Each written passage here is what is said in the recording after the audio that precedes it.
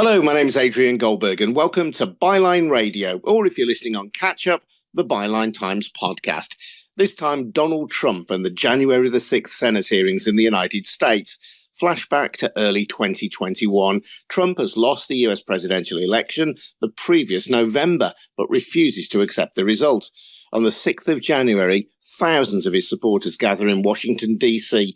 to protest, and 2,000 of them, led by groups such as the Proud Boys and the Oath Keepers, end up storming the Capitol building, where Congress was busy formalizing the vote that would confirm Joe Biden's victory. Trump initially resisted sending in the National Guard to quell the mob, and it was hours before order was restored. 4 people died. For a brief moment anyway, US democracy itself seemed to be in jeopardy. Now the events of that day are subject to an investigation by a select committee of the US House of Representatives. The chair of the committee, Benny Thompson, a Democrat, has already described January the 6th as the culmination of an attempted coup, while his vice chair, Liz Cheney, a Republican, said that Trump summoned the mob, assembled the mob, and lit the flame of this attack.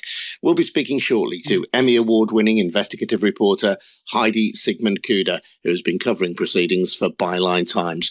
Before we do that, just a reminder that Byline Radio and the Byline Times podcast are supported by subscriptions to the Byline Times, our wonderful monthly newspaper. We report without fear or favour and tread where the mainstream papers fear to go. Get more information on taking out a subscription at bylinetimes.com. And if you've already subscribed, thank you very much indeed. Appreciate it. Heidi, welcome. How are you doing? You all right? I'm doing great. I thought this was going to be about Britney Spears, so I guess I prepared for the wrong subject. Don't say things like that to me, Heidi. I actually was up. I was up in the middle of the night looking at pictures from her wedding. Yeah, I'm really excited about this. It's very important that we continue to look at this head on, clear-eyed. And when you mentioned in your intro that, our democracy, was at risk, our democracy still is at risk. We, as Benny Thompson said, our democracy continues to be in danger. And so I look forward to discussing some of that with you. Absolutely. Just take us back, though, to January the 6th, why that was and is so important. I mean, it's just, I would say, one of the darkest days in our country's history for so many reasons. One, that this insurrection wasn't about principle and it wasn't about a big lie. The folks who showed up there, many of whom had been radicalized, over Trump, God, and guns, they were pawns, in my opinion, being used to protect this corrupt cash machine, as my former retired IRS investigative friend calls them. And so I think that, when we talk about the big lie, we're talking about corruption. When we talk about stop the steal, we're talking about corruption. We had a so-called president who was so desperate to stay in power. He did every single thing he could, along with his allies, to keep him in power. And so when I reflect back on that day, a number of things go through my head. One, that people had been radicalized and were used. Two, that this is about money and is always about money. And that we are a country in trauma still, as we look back and deal with this, in particular, because we don't have a shared narrative over what really happened. We are in an information war, a propaganda war. As my friend Ruth Ben-Ghiat noted, in the run-up to the day one hearing, Fox was doing, migrant caravans again, replaying their greatest hits. But, it happened. That day happened. It was, as noted on the day one hearing, orchestrated at Trump, who was at the center of it. And I'm hopeful that as we continue, we gain a clear-eyed shared narrative in this country. When you have Benny Thompson and Liz Cheney, orchestrating these hearings, we have the possibility of it. Unfortunately, we still have people in their propaganda silos So I'm not sure they're going to be able to see what we see, but I am a little bit more hopeful. You say that this is not about the big lie. I mean, the big lie has got different meanings in the United States depending on who you talk to, don't you?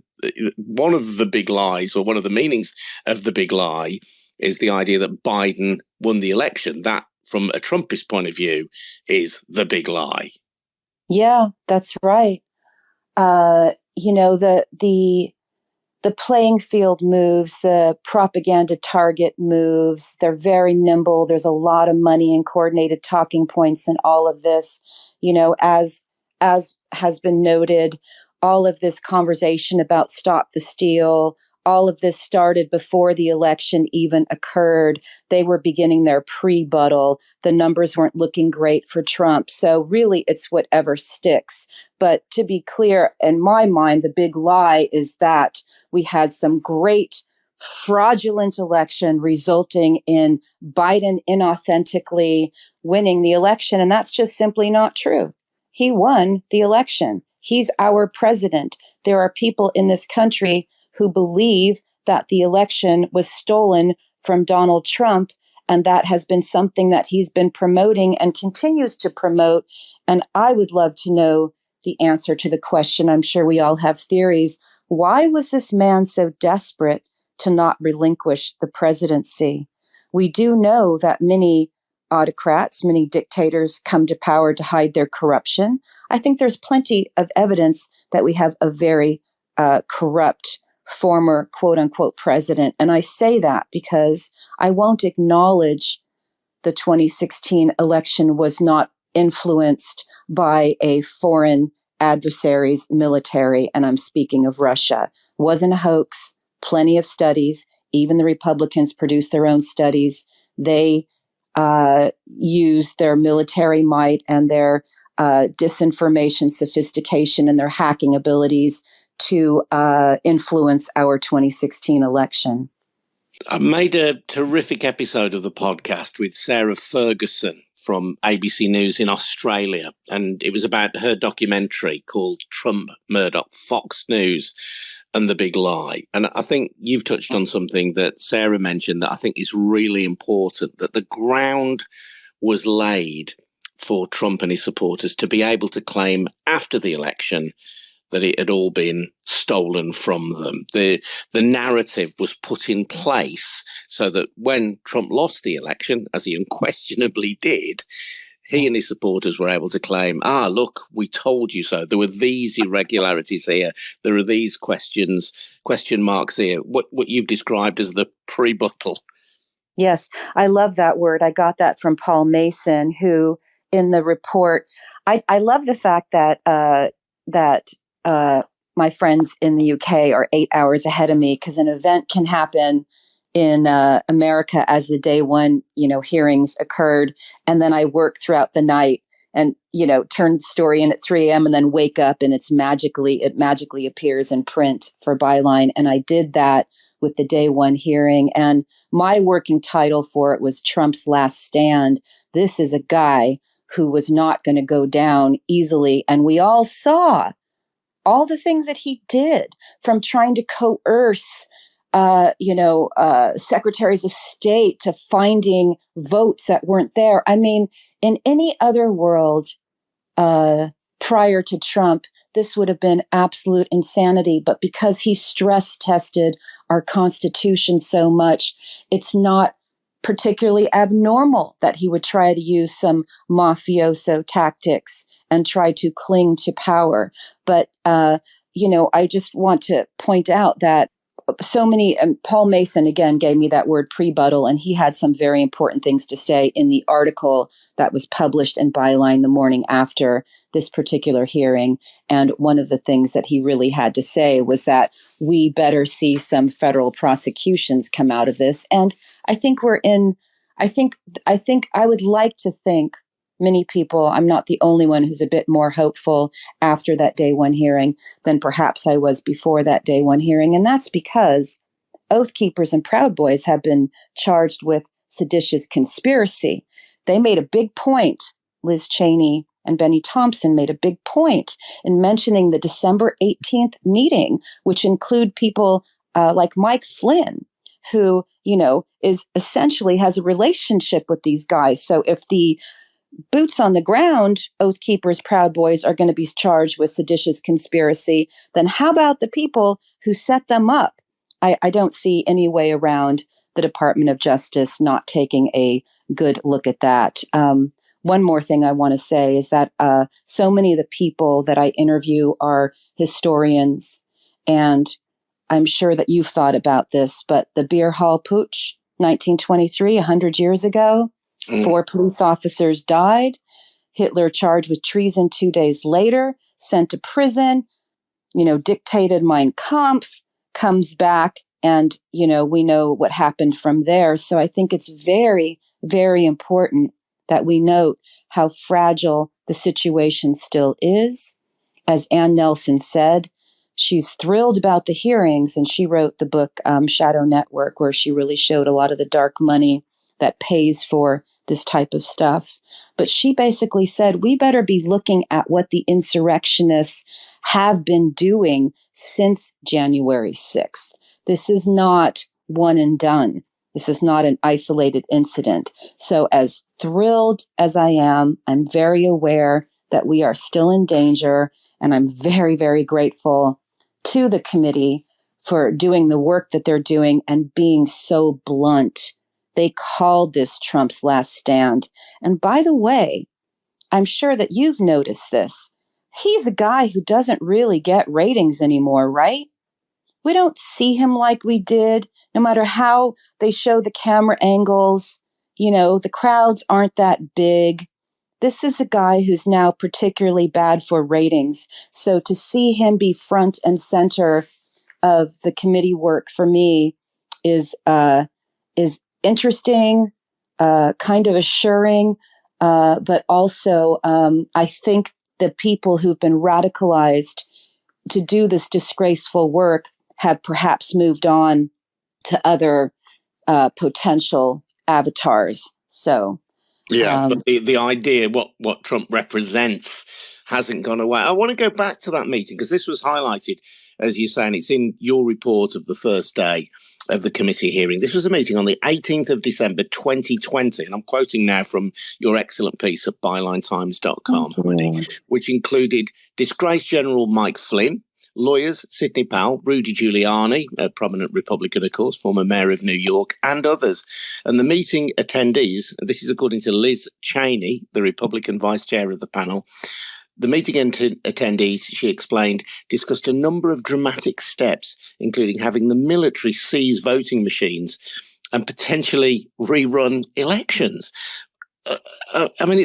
This is really scary and quite astonishing stuff, but people seeking to interfere at the highest level of the American government with the apparatus of an election. Yes, we have to. I don't know how you don't call that treason. I don't know how you don't. Seditious conspiracy at the very least, right? There, when plan A doesn't work, then it's plan B. And as Cheney noted, it was a sophisticated 7-part plan to overturn the election. They were doing absolutely everything. And quite frankly, I'm not the only one who's concerned that Mike Flynn's brother is still in charge of 90,000 troops. He was given the 4-star general status the same day that Mike Flynn was pardoned. I have written about this a lot. There was pardon fraud committed by this very corrupt president. So many of the people who were involved in this seditious conspiracy, people like Roger Stone, these are people who were already proved in 2016 that they would do anything to impact the outcome of an election. And moving forward, we had what Flynn called his digital soldiers, and it's not, I think most people can see the radicalization impacts that are still infecting our country. And until we figure out what we're going to do about that, until we start getting rid of the telegrams and the foxes and the various platforms that are spewing what is essentially Russian propaganda and fifth column propaganda, this will continue to be a problem. So it's funny because there's a part of me that is so hopeful because I can see the map that Liz Cheney and Benny Thompson and the other members of the committee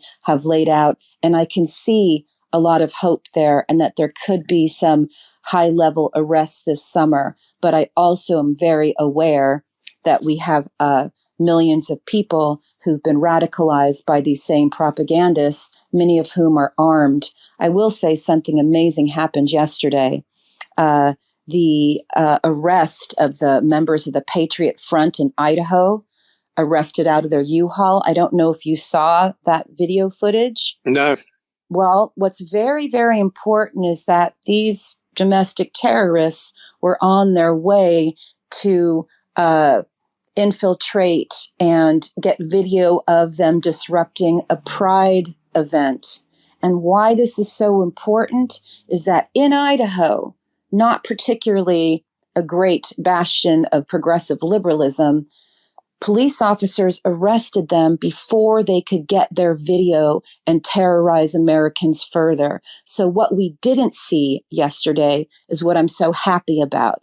Could it be that we're getting a bit smarter and a bit wiser on how to fight these battles? They got in front of the problem, and rather than let these assholes wave their flags and disrupt people who were celebrating the freedoms we have here in our country, they were on their knees. Their hoods were pulled off. We could see their faces, and we did not have to look at them, harming people psychologically, physically. And of course, these video harms affect all of us. We all see this stuff now. We used to be able to read and print, maybe get a, amazing photograph, but now we see everything. And most of this world is beautiful and people love each other is one of my mantras, but we've been seeing the vulgar and it's been affecting our hearts and our heads. And so this was quite a moment for me to come right after the hearing where blunt words, they pinned it on Trump. And then you have, domestic terrorists not being allowed to strut and disrupt something that was beautiful for many people. Yeah. And just to go back again, perhaps for UK listeners, I mean, we've talked about this December the 18th meeting in 2020, just ahead of the January the 6th insurrection. You've mentioned Mike Flynn, former US general, and Flynn was the national security advisor, and he had very dubious connections with the Russian ambassador, hence his disgrace, as it were. So you've referenced as well the involvement of foreign powers in the 2016 election. This whole sense of murk that surrounds Trump and his supporters, and possible Russian involvement somewhere along the line. Oh, yeah. In his election and indeed in his presidency. Yeah. I mean, I go back to 2015 and 2016 when Republicans had an opportunity to really fight this extremist, gnarly fifth column within their own party. And they didn't. They just rolled. And now they're all trying to outflank each other to the right. Look at Ron DeSantis. His press secretary just had to register as a foreign agent. I host a show on disinformation, an investigative show on disinformation, and me and my guys follow this stuff very, very closely. Mike Flynn just had to return some cash that he received from Russia. This stuff is not a mystery to those who follow it closely. My team thinks that Mike Flynn is probably the worst traitor that we've seen in America, and he follows a long line of disgruntled, fired generals. So again, when you look at that meeting, which my colleague Jim Stewartson and one of our friends, Gal Suburban, has done a lot of work in exposing, you see the people who were charged with seditious conspiracy at the event, and then you see the people who were allied with them, who were present at that meeting. And I think, to me, it's very difficult not to believe that the Department of Justice would not be looking at this incredibly closely. And again, the players that we're talking about are people who should actually probably still be in prison. In the pre-Trump world, they may have been lying to the FBI, taking money from foreign adversaries, not registering as foreign agents. The amazing thing about the world we live in is that some of the best work is being done by OSINT investigative researchers. And as one of my colleagues says, the world is moving at the speed of the internet. Our justice, not so much. Our justice, still kind of plods along at the speed of the 1800s. And somewhere we need that to, we need to see some better balance, because people who follow this closely have been demanding the arrest of people like Mike Flynn for some time now. Yeah.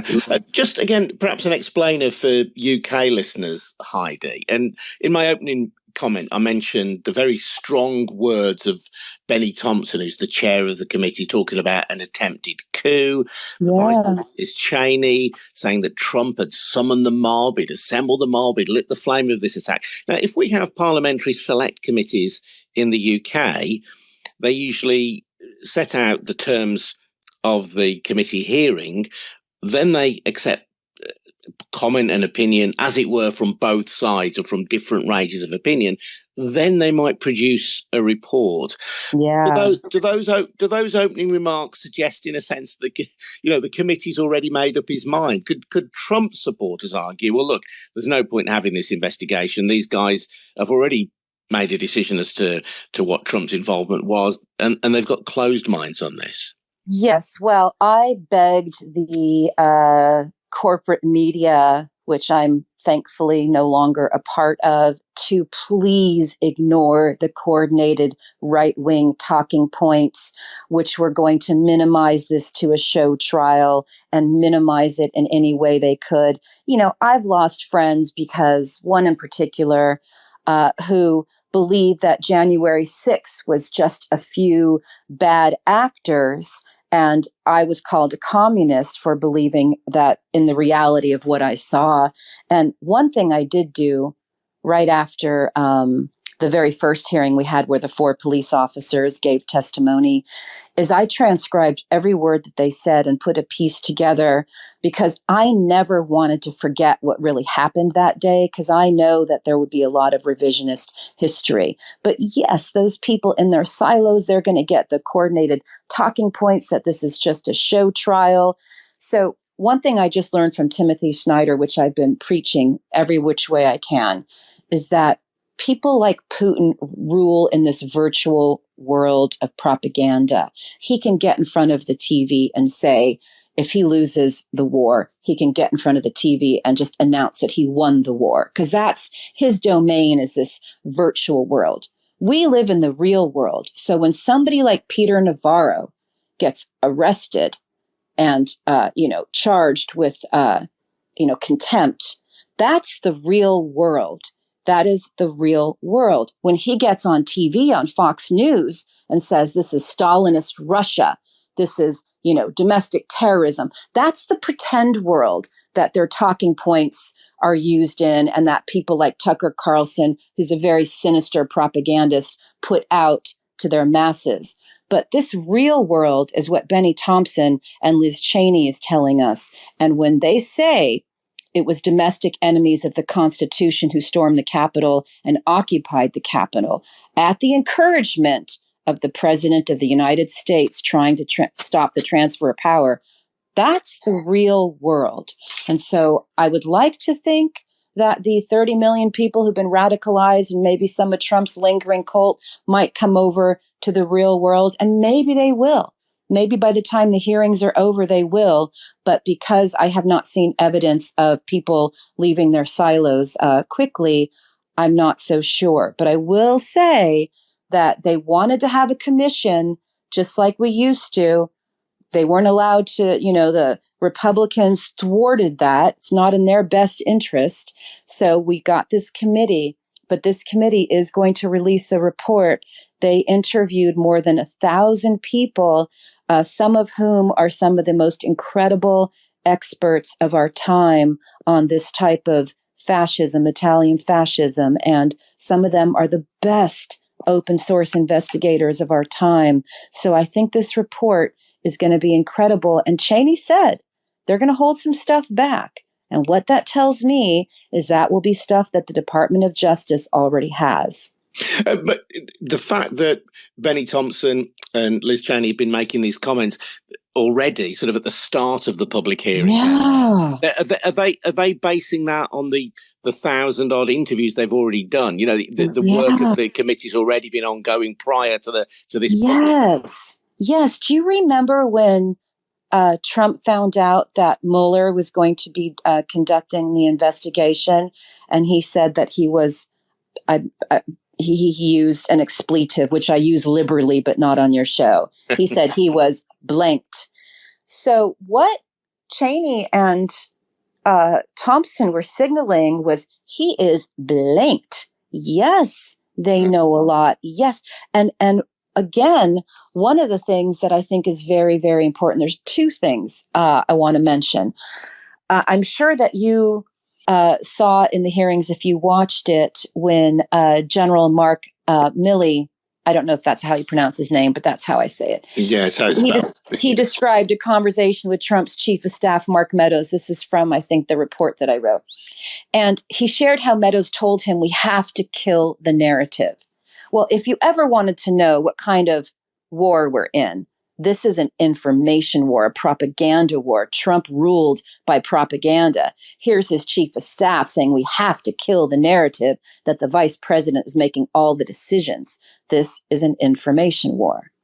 And I thought that was it was just a small moment in the hearing, but I thought it was a very important moment. And I watched the hearing multiple times. There are so many small but incredibly telling moments. We have to kill the narrative. The narrative then was that the vice president, Mike Pence, was making all the decisions because presumably by this stage, Trump's presidential status had been undermined because he'd lost the election. But Trump wanted to give the appearance, and Mark Milley wanted to give the appearance that Trump was still in charge. And who knows then, perhaps had the mob been called off, that could have been seen as perhaps some kind of evidence that only Trump had the power to do this. Right. And I think that our mutual friend, Paul Nyland, who I quoted in the story, said that, when in that day one hearing, when we heard that Trump said he deserves it in response to the mob chanting, hang Mike Pence, like, wow, did we ever hear a U.S. president backing calls for the execution of a sitting vice president? I don't know. I know they have a lot more. And just FYI, a little birdie told me that tomorrow's hearing may be on disinformation. I already reached out to Peter Jukes and said, I'm going to be pulling an all-nighter, because if that is indeed the subject, I will be, like millions of other people, very keen on what they're saying. I mean, my friend and colleague, Jim Stewartson, who is somebody who we have he's been gang stalked off of Twitter, but prior to that, he warned people to stay home on January 6th. And millions of people saw that tweet. And so I'm very grateful to him, because if people had not stayed home on January 6th, then the mob that showed up, and he always says people do not brainwash themselves, then we would have seen some kind of bloodbath. Instead, the law and order party instead went after cops. And that just shows to me how radicalized many of the people were. And even when they interviewed them afterwards, it was like God, who had been co-opted to radicalize people, guns, and Trump. This is a cult. These people were mind tricked by a cult. And it's still happening. And I'm sure it must look very strange in the UK when you see these mass shootings, and then you find out a mass shooter was in a chat room with a retired Fed, being groomed. This must look very strange, but I can't tell you that I don't go places and look behind me all the time. My daughter just graduated from Wellesley College, which is where Hillary Clinton went to, And at the graduation, I was, looking behind myself because I was afraid. I've been, I'm not a person who lives in fear. I find it to be a useless, paralyzing quality. And yet, this is where we are. Our democracy is fragile. We have a lot of people that we need to bring back to their original selves. Not all these people are Nazis. Not all of them are racist, but they've been traumatized and radicalized by videos they see online. And what we saw on January 6th was that. Talk to me a bit about Liz Cheney and the Republican Party. She is a Republican, and she is, pulling no punches in her attack on Donald Trump. So many other senior Republicans, even those who were critical of Trump in the immediate aftermath of January the 6th, people like Mitch McConnell, who described Trump as a despicable human being. These people have melted into the snow, apart from Liz Cheney.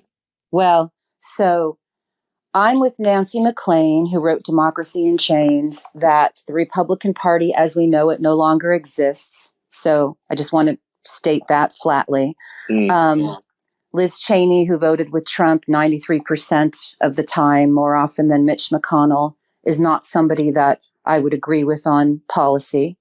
However, Liz Cheney basically said to her Republican colleagues that long after Donald Trump is gone, your dishonor will remain.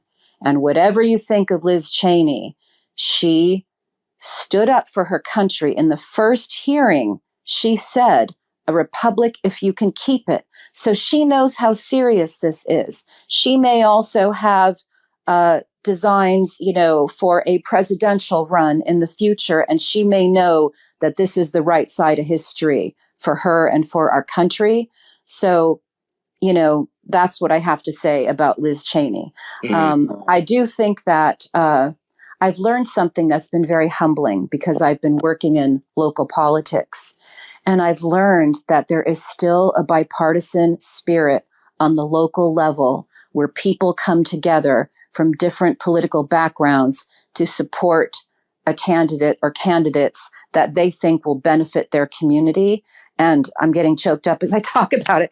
It's one of the most beautiful, humbling things I've ever seen, because I'm in the world, and because of my investigative training, I'm in the world that's looking at the national and global impacts of disinformation. And yes, both parties have been infiltrated, but one party in particular has been working actively against democracy. And we also learned from Nancy McLean that the Koch cadre pays for a lot of this, and that they pay for 3 times more people than the GOP has in government, and they do this work. They are trying to. Sorry to interrupt you there, Heidi. Which cadre? Sorry. We called them the Koch brothers. There's one alive now. Yeah. Sorry, KOCH. Yeah, the Koch brothers. Yes, for decades. There's Nancy McLean's book, Democracy in Chains, is a very important book to understanding what the heck happened to America and the Republican Party.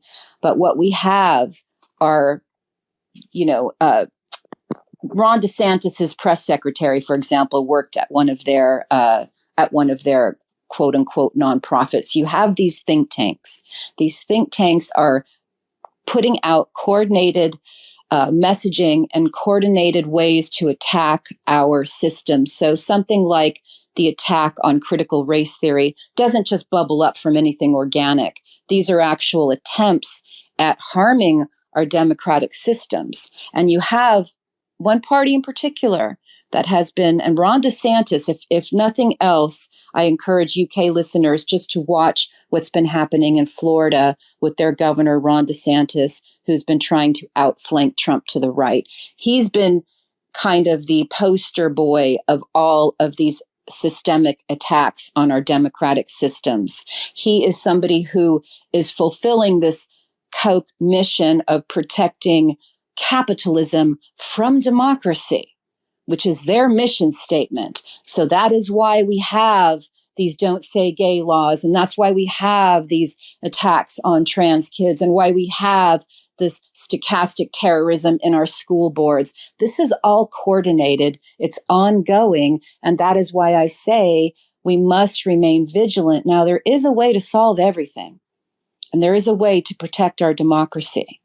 And it's if everybody who is not brainwashed rises up and gets the 100 million people who sit out our elections to vote and vote heartily Democratic, we have very much a chance to save our democracy. That is one thing. And then I was going to just say, Heidi, I'll come back to that in a moment, but another key text in this is Shadow Network, which is Ann Nelson's book. Yeah. I read about that for the podcast, and she references the Koch brothers, but also other right-wing billionaires in the United States, but funding these organizations, which are effectively front organizations for a very disturbing right-wing philosophy. Right. And they don't present as being the views of these billionaires or of the Koch brothers. They present as being, I don't know, mothers for morality or whatever. Yes. But essentially, they are to promote a right-wing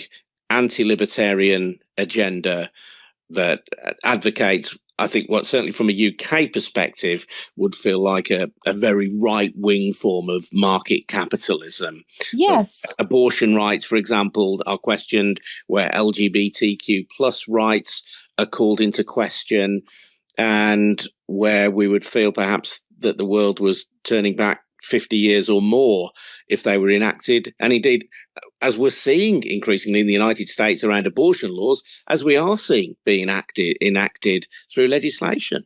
That's right. And that is why it's very important. You know, Anne and I wrote an article for Byline Times a year ago, which I continually reference. And it is basically all the attacks, the systemic attacks on our voting systems. And in the article that I wrote the day after the day one hearing, she, and I think we mentioned this earlier, but it's very important to look and see what she wrote, which is that, you know, it's even more important to uncover what the instigators of the insurrection have been doing to prepare for their next attempt and to take measures to defend our democracy.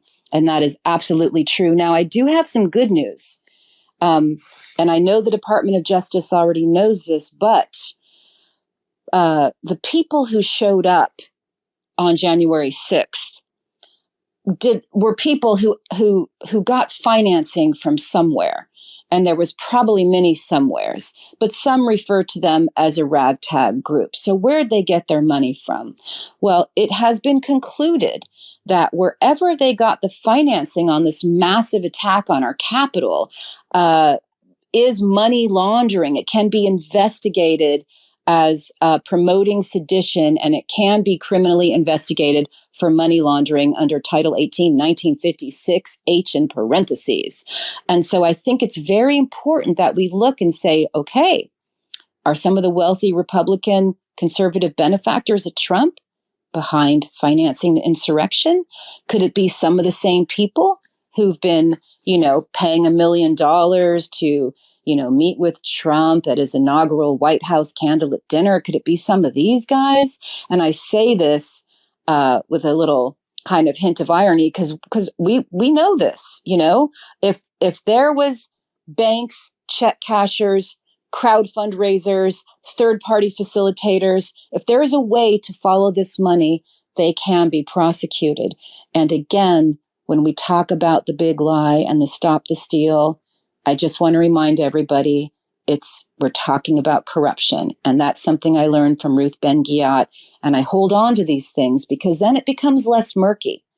We know by watching, if anybody in the UK watched what they did in America and they had all these bogus recounts and there was money being laundered even as they paid for this stuff, this was a hide the corruption deal.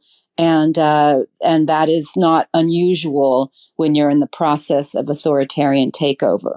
What is unusual, though, is that countries don't usually vote out the guy who's the ringleader for the authoritarian takeover. And that's what's very exciting that we did in America. We could not have the committee we have now if Trump got a second term. So everybody who went to the polls and voted, don't ever forget that your vote counts and it has impact, even though we have some squirrely things like the same number of senators in Wyoming as we have in California. We have a lot of, deep structural reform we need, but we still did it. We can have a committee with Liz Cheney and Benny Thompson and others because we voted an authoritarian out in the middle of authoritarian capture. You referenced earlier the foreign powers seeking to influence US politics, and I'm sure UK politics as well. People will be familiar with the way in which Facebook was manipulated by groups like Cambridge Analytica, and we send our very best wishes to Carol Cadwallader, the journalist who's written with our own Peter Jukes about Cambridge Analytica, and she faces the result of her libel action this week. We'll find out exactly. And I don't want to get into that, but talking about the kind of the whole Cambridge Analytica world, Heidi, and Russian influence, and unquestionably Russian attempts to influence. Yeah. Do you think it went beyond that? Is there evidence that it went beyond that and it was still functioning around the time of January the 6th? We would be very remiss to jump on the bandwagon that these things had no impacts, because the impacts are ongoing. So just because people like Robert Mercer folded up shop and Cambridge Analytica went bankrupt, come on. We have Steve Bannon, platformed, by Apple to spew his garbage every day. And I have friends who watch him. And of course, he was involved in Cambridge Analytica. I have friends who actually suck it up and take one for the team and watch his podcast. And she says 3 weeks later, after a podcast airs and he may introduce a new character, she can completely map out the talking points from the extreme right-wing element in our country, and it's very coordinated. So yes, and yes, and yes. It doesn't go away. It was successful. These things were successful. Hillary Clinton lost by 70,000 votes. Cambridge Analytica was embedded in Texas with Trump's campaign. All they had to do was make sure a few people didn't show up in a few states, brand Hillary as a racist, so people had no taste to vote for her. And look what happened. We had a pandemic occur with a president that was actively working against saving lives, where we could have had a woman who actually would have followed the science as other women leaders did across the world and actually saved a lot of lives. So yes, and yes, and yes. And these same characters, so look at Mike Flynn, for example, and some of the people he hangs out with. Every weekend, they're off doing another, Save America tour. And what they really are the same type of kind of insidious brainwashing, projecting that occurred, when we had the 2016 election. And projection's an important word, because pretty much anything that you see in a video clip that Mike Flynn is saying that the Democratic Party is doing, their party is actually doing. And we know projection is a big part of propaganda. But you call it something else, maybe put a different CEO in place, and it's the same thing, different day. We have no regulations protecting us in a post-privacy world from being micro-targeted into believing things, or skewing reality. And that's why it's very important that we stay in reality. And the way I do it is I haven't had a television since 2006. I see everything I need. I read everything. Nobody can market to me. I watch all the clips. I can stream things I need, but everything that's important in knowing what's happening in our world originates in print, I think, in greater depth. So Yeah, I wouldn't disagree with that. One key part of the day in question was the 3 hours that elapsed between the attack starting and Trump finally saying to his supporters to go home. There are 3 key hours, and I'm really keen to know what the committee is going to make of that. There's been some suggestion that he was yelling at his advisors during this period, people who were encouraging him to issue a statement before that. But it'll be amazing to hear, won't it, if there's first-hand evidence. Of course, some of his closest advisors are refusing, even on pain of contempt of Congress, even on pain of arrest, they're refusing to share what they know, people like Steve Bannon. But it will be incredible to get some sense of that first-hand testimony of what happened in those 3 hours. Yes, it will. And I think it was very interesting to see Bill Barr, the fixer, Bill Barr, who covered for the Mueller report, getting up there and saying, the word bullshit. For some of these guys, I guess failed treason was the bridge too far.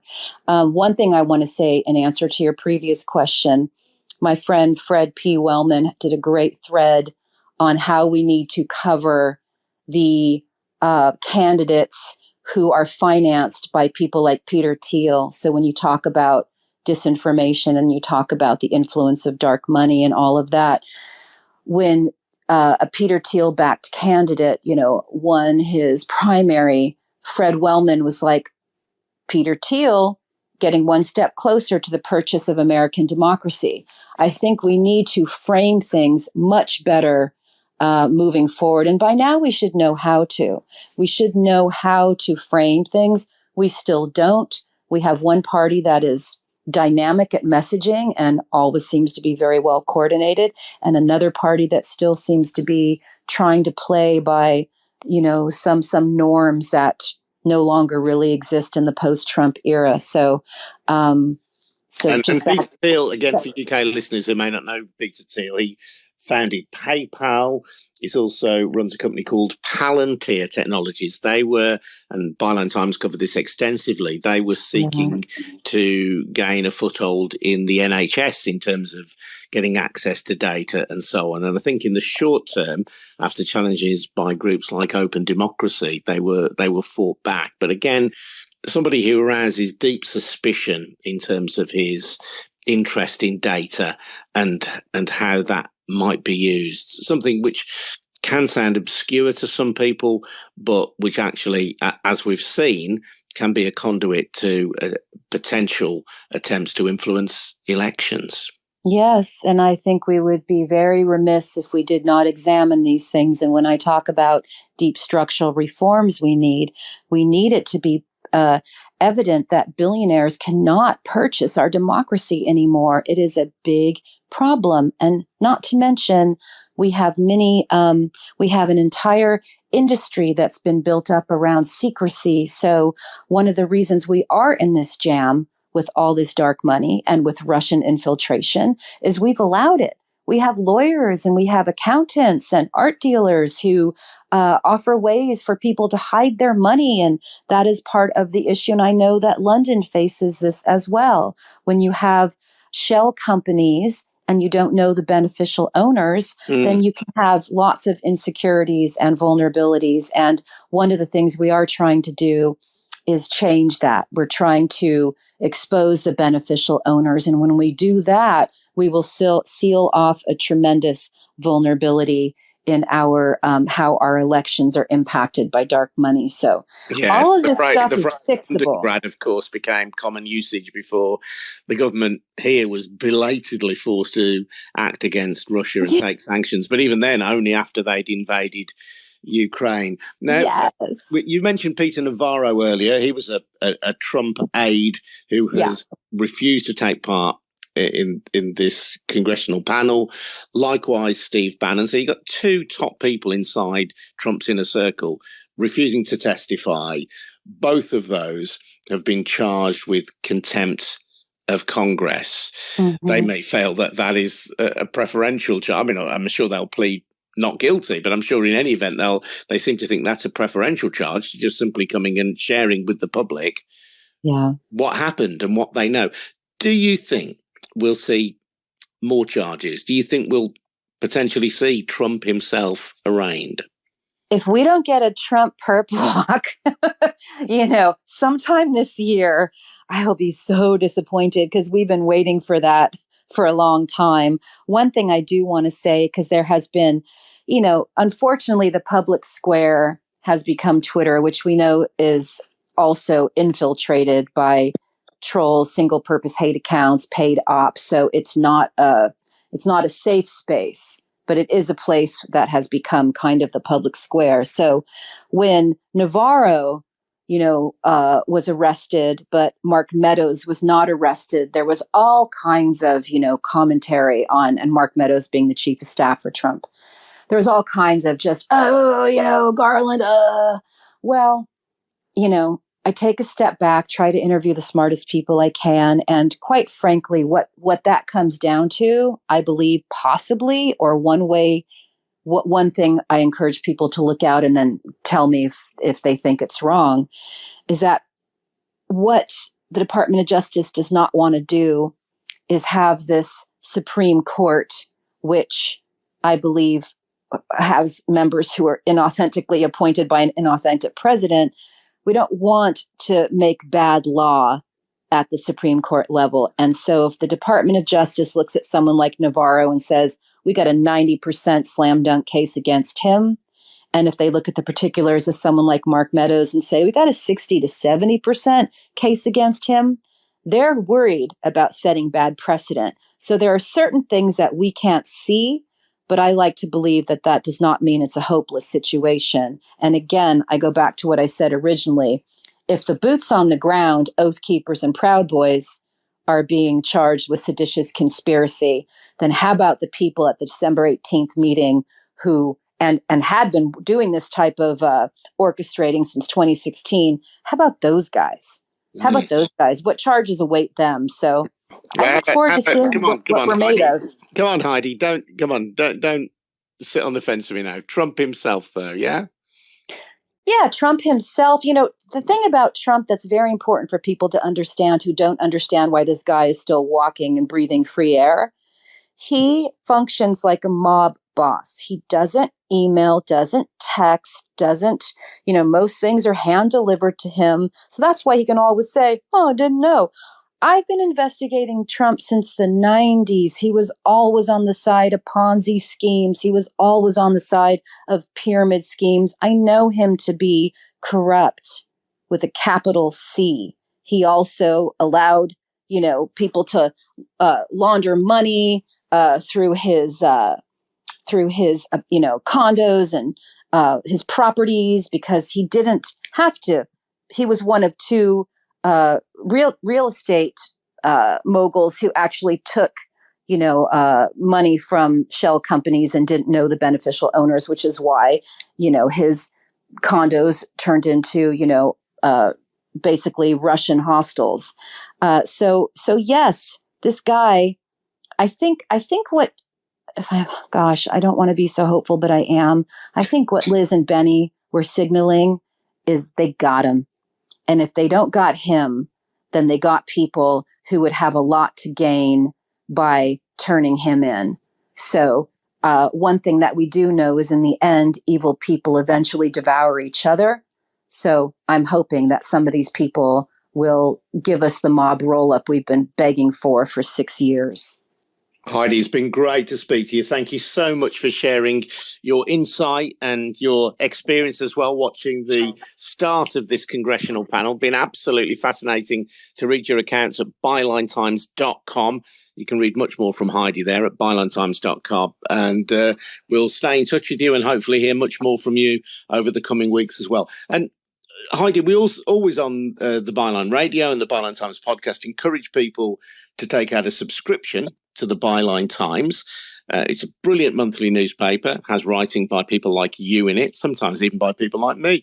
People can find out where to subscribe and how to subscribe at our website, bylinetimes.com. But Heidi, you're an independent journalist as well, and you need a little bit of backing too. So if people want to support you as well as not instead of, they should look at your Twitter account. It's Heidi_Cuda. And you'll find how you can buy Heidi a coffee, as it's. Yes. Do that. Do that. I've not had bad coffee in almost a year, thanks to my supporters. So I thank them very much for that. And certainly when Byline Times comes in the mail, it is the most gorgeous newspaper, reader funded. It's wrapped in biodegradable plant stuff. And so you're not contributing to the fossil fuel industry, the plastics industry. When you unwrap it, it's actually something that's biodegradable, which I really appreciate. And I'm not going to lie, as an old journo who's been doing this type of work for decades, when I make the print edition, I'm like running around like, Steve Martin in The Jerk, like the new phone book's here. I'm somebody now. It never gets old. We love Steve Martin. By the by, Heidi also, and well worth following this on Twitter as well. Heidi runs the Radicalized Pod. Being American, she doesn't know how to spell radicalized. She spells it That's with the true. Oh, in fact, no, not even that. Because she's an American, she doesn't even know how to say the word Z. She spells it with a Z. So Radicalized Pod is well worth following. We'll speak again soon, Heidi. Thank you so much. Heidi Sigmund Cuda, or on Twitter, Heidi_Cuda. Always great value. Read her reports at bylinetimes.com or in the Byline Times newspaper. And please support fearless, independent journalism if you can by taking out a subscription to the Byline Times. Thanks, Heidi. I'm Adrian Goldberg. We'll see you all again very soon. Thank you. Take care. Thank you. Bye-bye.